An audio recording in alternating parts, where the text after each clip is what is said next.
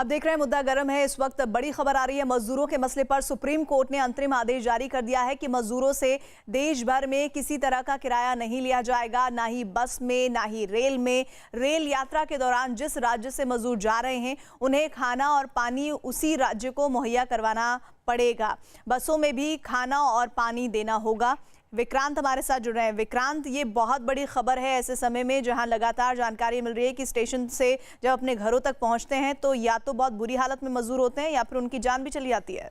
देखिए, बिल्कुल बहुत बड़ी राहत है मजदूरों के लिए। और हमने देखा है पिछले दिनों किस तरीके से मजदूर परेशानी झेलते हुए सड़कों पर घूमते हुए दिखाई दिए गर्मी के इस मौसम में। और अब कोर्ट ने साफ कर दिया है कि मजदूरों से एक तो किसी भी तरह का किराया नहीं लिया जाएगा, ना तो उनका रेल का किराया लिया जाएगा, ना ही बसों का किराया लिया जाएगा। और जो किराया होगा वो दोनों स्टेट्स को मिलकर के देना होगा, यानी जिस राज्य से वो जा रहे हैं और जिस राज्य में जा रहे हैं दोनों राज्य सरकारों को मिलकर किराए की अदायगी करनी पड़ेगी। इसके अलावा मजदूर जब जाएगा किसी राज्य से तो उस राज्य की सरकार को उनके लिए खाने का भी इंतजाम करना पड़ेगा, रास्ते में भी उनको भोजन रेलवे को देना होगा।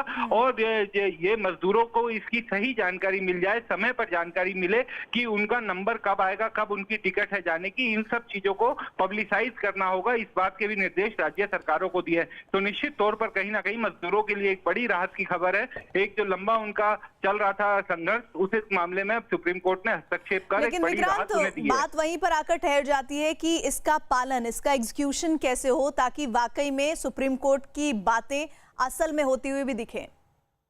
राज्य सरकारों के पास कोई चारा नहीं है, अब उन्हें करना पड़ेगा क्योंकि सुप्रीम कोर्ट का निर्देश है। पहली बात तो ये कि अब वो किसी भी मजदूर से किराया नहीं ले पाएंगे, क्योंकि कुछ राज्यों ने ये नीति बनाई थी कि वो मजदूरों को बाद में रिइंबर्स करेंगे, जैसे बिहार में इस तरह की नीति है। लेकिन कोर्ट ने साफ कर दिया कि आपको किराया दोनों राज्य सरकारों को देना होगा, मजदूर से नहीं लेंगे। दूसरा, कोर्ट ने कहा कि मजदूरों को काफी समय तक इंतजार करना पड़ रहा है, उन्हें पता ही नहीं चलता कि कब उनकी टिकट बुकिंग होगी और उनको कोई जानकारी नहीं मिल रही। इस बात की जानकारी राज्य सरकारों को मजदूरों को देनी होगी। और निश्चित तौर पर अगर किसी तरह की कोताही होगी, क्योंकि अभी मामला ये सुनवाई चलेगी इस मामले की, अभी अंतरिम निर्देश आया है, तो अगर किसी तरह की कोताही राज्य सरकारें बरतती हैं या मजदूरों को उनका लाभ नहीं देती हैं तो मजदूरों की तरफ से सुप्रीम कोर्ट को इस बात की जानकारी दी जा सकेगी। क्योंकि कई वकील जो सीनियर एडवोकेट हैं वो मजदूरों की बात को लेकर के इस मामले में भी आज भी पेश हुए थे।